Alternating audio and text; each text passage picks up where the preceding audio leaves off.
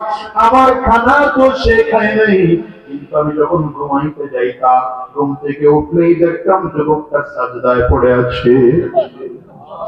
আর যুবকের জয় নামাজের চারিটা দিক আনকমন কিছু ফল ফুল দিয়ে ভরা। আমি যুবকরা ডাক দিতাম, যুবক এই ফল কোথায় পায়? যুবক বলতো, এই চমৎকার ফল আমার আল্লাহ তাআলা জান্নাত থেকে ফেরেশতা দিয়ে আমার কাছে পাঠায়। মেয়েটা কান্না করে আর বলে, বাবা যুবকের এই পরিস্থিতি দেখে আমার তো মনে হচ্ছে আমি কালিমা পড়ে মুসলমান হয়ে যাব। মন্ত্রী ডেকে বলে, থাম সাবধান, এই কথা যদি বাদশাহ যদি বিলেতে তোরে মারবে, আমাকেও জমিন থেকে বিদায় করে দেবে, এটা করা যাবে না। তোলা আরো কিছুদিন সময় বাড়া নিয়ে আসতে হবে। বাদশার সামনে গিয়ে ডাক দেয়, বাদশাহ যুবকের দুইটা ভাই জমিন থেকে বিদায় হয়ে গেল। এই যুবকের দুই ভাইয়ের করুণ মৃত্যু দেখে যুবকের ব্রেন নষ্ট হয়ে গেছে। এখন সে ছেলেও চিনে না, মেয়েও চিনে না। আপনি আরো কিছুদিন সময় বাড়ায় দেন, অবশ্যই তাকে বেঈমান বানায়া হাজির করতে পারবো। এ দুনিয়ার মুসলমান শোনো, বাড়ায় সময় যখন নিয়ে আসছে, মন্ত্রী এখন নিজের মধ্যে হিসাব করলো, রাজপ্রাসাদে রাখলে চলবে না, আমার বাড়িতে নিয়ে যেতে হবে। মন্ত্রী তার বাড়ি নিয়ে গেল, দরজা বন্ধ করে দিল। রাতের বেলা তাকায় দেখে নামাজে দাঁড়ায় আছে, কখনো রুকু করে কখনো সাজদা দেয়। দুই রাকাত নামাজ শেষ করে হাত তুলেছে আর বলে, পানি আল্লাহ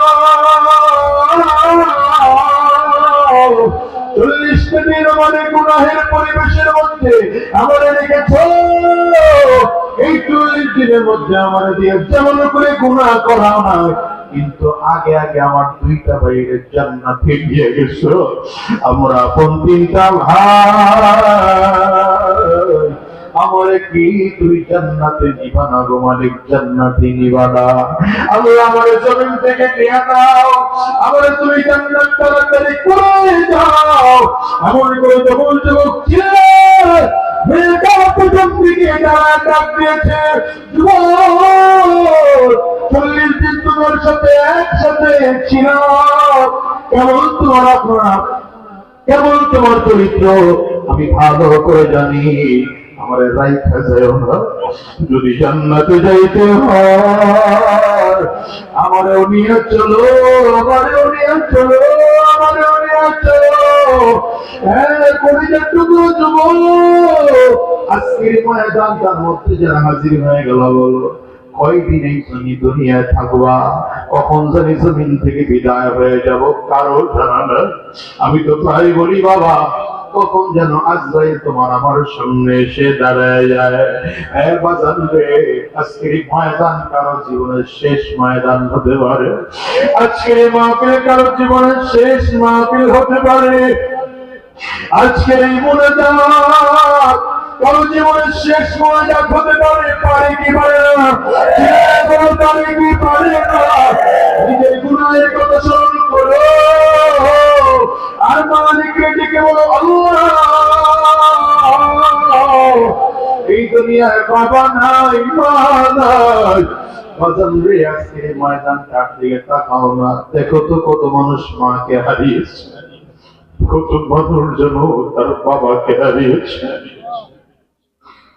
আমি আজাদির ঘরে আমার মা,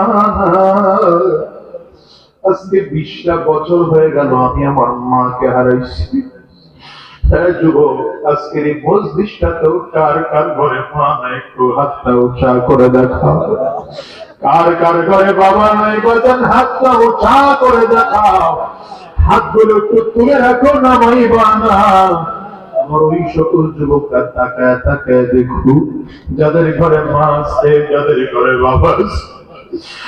যুবক থেকে দে, এই মানুষগুলো চারা থেকে কবরের জন্য টাকা,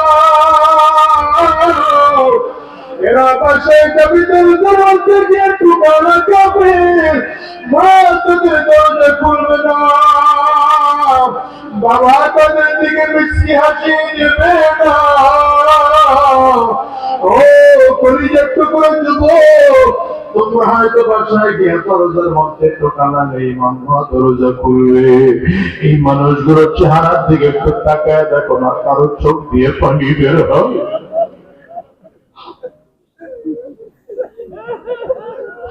কারো চক্ষু দুইটা লাল, কারো চোখের কোটায় পানি।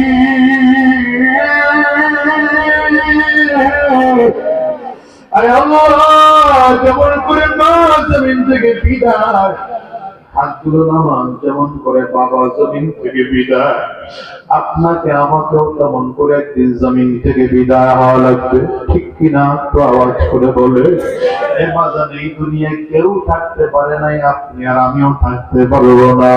তবে সাবধান, গুনাহগারের সামনে যখন আজরাইল আলাইহিস সালাম দাঁড়াবে, গুনাহগার তাকায় দেখবে পা দুইটা জমিনে দেখা যায়, মাথাটা সাত আসমানের উপরে দেখা যায়, একটা পৃথিবীর পূর্ব প্রান্তে দেখা যায়, এক হাত পৃথিবীর পশ্চিম প্রান্তে দেখা যায়। আজরাইল আলাইহিস সালামের চক্ষু দুইটা বহুত পাহাড়ের থেকেও বড় বড় মনে হয়। আজরাইল আলাইহিস সালামের প্রত্যেকটা পশমের গোড়া থেকে মনে হয় যেন আগুনের প্রকীর বের হয়। আজরাইল আলাইহিস সালামের ভয়ঙ্কর চেহারা দেখা গুনাহগারের চক্ষু দুইটা উঠে যাবে, রূহটা তোর নজর দিয়ে তাকিয়ে থাকবে। আজরাইল আলাইহিস সালাম গুনাহগারের রূহটার মধ্যে এত জোরে থাপ্পড় মারবে, ওই যার রক্তগুলো টস টস টস টস করে ছেড়ে যাবে। এই দুনিয়া কিছুই না রে ভাই, এই দুনিয়া ছেড়ে একদিন অন্ধকার কবরে চলে যাওয়া লাগবে। ও দুনিয়ার মুসলমান, আবার একটু হিসাব মিলাও। তোমার আমরে যখন জমিন থেকে বিদায় হয়ে গেলাম, ওই আমি বিছানার থেকে তাই না নামায়া ফ্লোরের মধ্যে লম্বা করে শোয়াইয়া রাখলো। একদল লোক চলে গেল বাজার থেকে কাপড়ের কাপড় কিনে আনার জন্য, একদল লোক চলে গেল বড়ই পাতা দিয়ে গরম পানি করার জন্য, একদল লোক চলে গেল বাগানের কিনারে বাঁশ কেটে কেটে কবর খনন করার জন্য।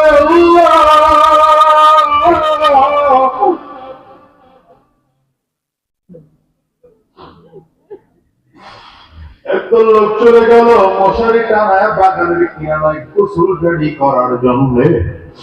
আরে কত জায়গায় এলাম, অমুকের চলে অমুক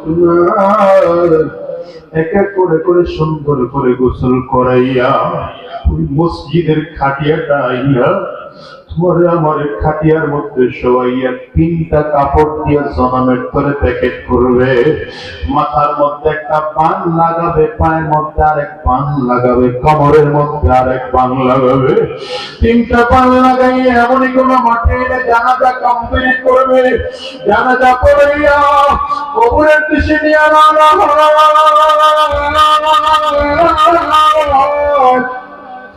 কবরের মধ্যে লাশের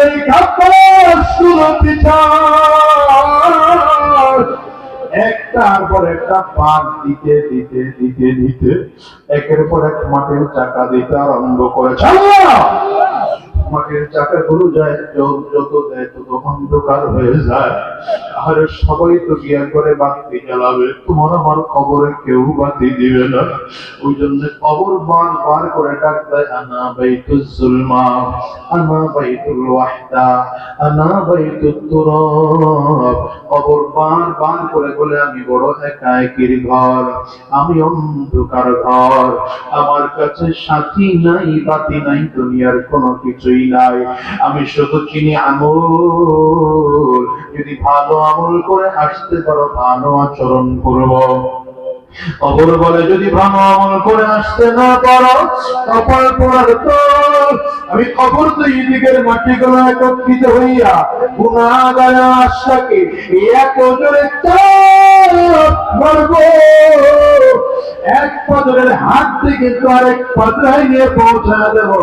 এই জন্য অনুরোধ করে যাই রে বাজার, সাবধান, দুনিয়ার তালে পড়ি আমার মালিক ভুলে যাইও না, দুনিয়ার তালে পড়ে আমার জান্নাত